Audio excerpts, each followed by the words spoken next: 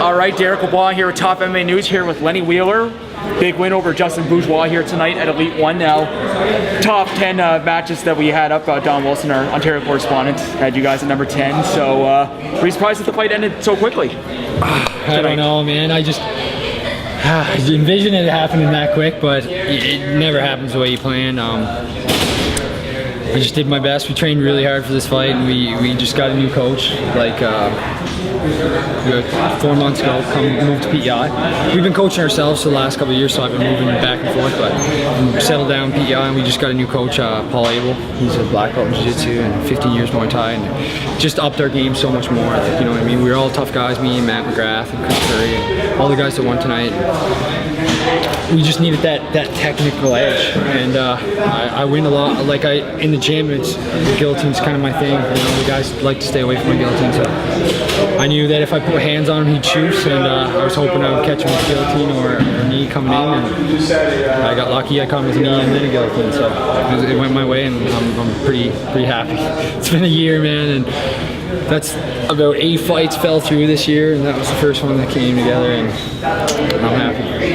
Now, how hard is it usually just for the final fight? Obviously, 8 fights drop. Is this mainly because of injuries, or are you just people just not really wanting to fight you? I wouldn't say necessarily myself, but there's lots of things, you know. Like I come to fight every time I fight. Everybody I've ever fought, even my losses, I've outstruck. So guys know that if they're fighting me, they're gonna get hit. And I don't think it's something people want to take usually on short notice. But to get like a fight like this, that it just happened so perfectly. You know, I was looking for a fight, and one fell through with ECC, and then Lyndon pulled out, and it was just perfect. It was perfect timing, and they offered me the fight. I was a little heavy. I didn't know if I was going to make it, but my natural weight's down at 145, and that's where I'm going to stay, because I just feel way more confident and just healthier there, you know what I mean? Yeah. So what was the initial decision? Like, obviously I know you fought in 155, and then your last fight with Goodall there, it was a 170 last minute. So what's the decision to do with the 145? Well, okay, behind the scenes, a lot of people don't know what goes on, and when I fought Ricky Goodall, he asked me to fight on 11 days notice if I would fight a guy that was 2-5. No disrespect to Ricky, he's a good fighter, but he came back the next day. Robin Black called me. Me and Robin work very close together. He's a really good personal friend of mine, and he does some of my management stuff. He helps me fights and this and that. And Ricky said, will you fight him instead? So he offered me a fight at 155. I assumed the fight was at 155. So he came back, he sent me a contract that was at 170. I said, no, not a chance. I said, we'll meet at 160 or I won't fight. And he said he needed to fight, so he said, okay, 160. He neglected to make weight, and being stubborn, I took the fight, which I should have never took the fight. But I didn't have proper guidance at that time. I wanted to get paid, man. You know, it's just how it is. So yeah.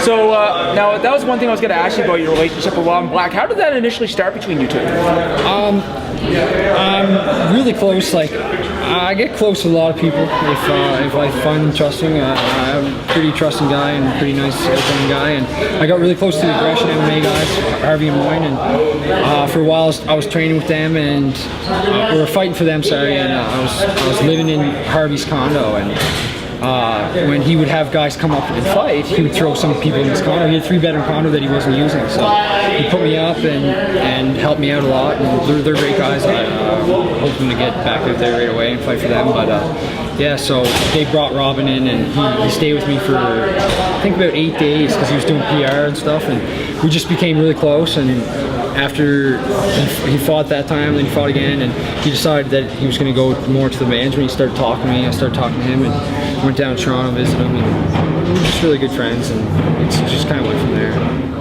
If you know Robin, you know he's a great guy. Yeah, I was gonna say I got to meet him once here, W1 there a couple years ago, and like I said, not very nice dude. Like I said, obviously friend of ours with the site, obviously doing different various work and stuff like that as well. So. But no, so what do you think the future is going to hold for you? What do you think's next? Now, do you think maybe, obviously with the win now, do you think maybe the Elite One featherweight title could be a possibility for you? Or? That's what they're saying. I don't know why it wasn't the title tonight, because it was supposed to be the title between Lyndon. Lyndon pulled out because he had a hand injury, I do believe, and so I don't know why it wasn't the title tonight. I'd love to own a title. I never had a title. I never had a title shot. I never had the opportunity. It'd be cool to have the strap, you know, in my house. But I don't know where my future is right now. If it's Elite One or if it's Aggression MMA, because Aggression I kind of owe a little more to. We have a ongoing history, and I haven't fought for them for a year because I've been, you know, I haven't been really fighting, been traveling and this and that. So I don't know what's like. These guys treat me really good, and Aggression guys treat me really good. So we're just gonna take it as it goes. My coach Paul Abel's kind of like a mentor. Matt McGrath's kind of a mentor to me. So I run everything by them before I make any decisions.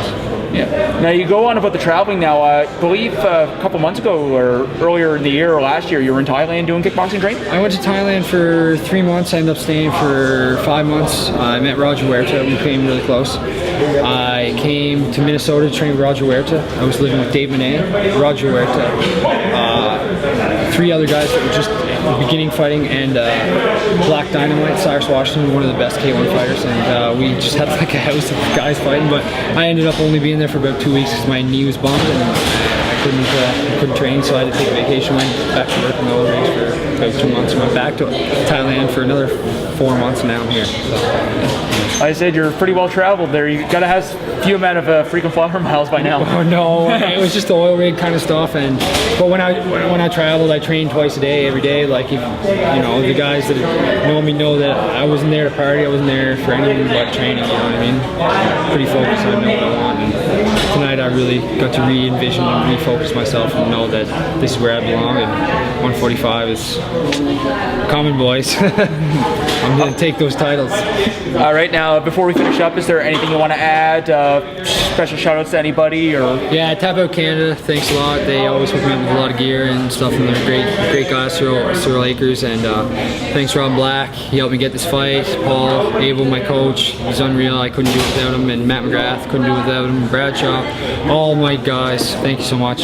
Thanks a lot for taking the time to interview me. I feel like a fighter tonight again. It's been a while. I said, well, again, I'd like to thank you for taking a few minutes to talk with us. And like I said, you said you're a very well-traveled man. Hopefully the road that you're traveling leads to a brighter future. Thanks. All right, this is Lenny Wheeler. This is Derek Obama, Top MMA News.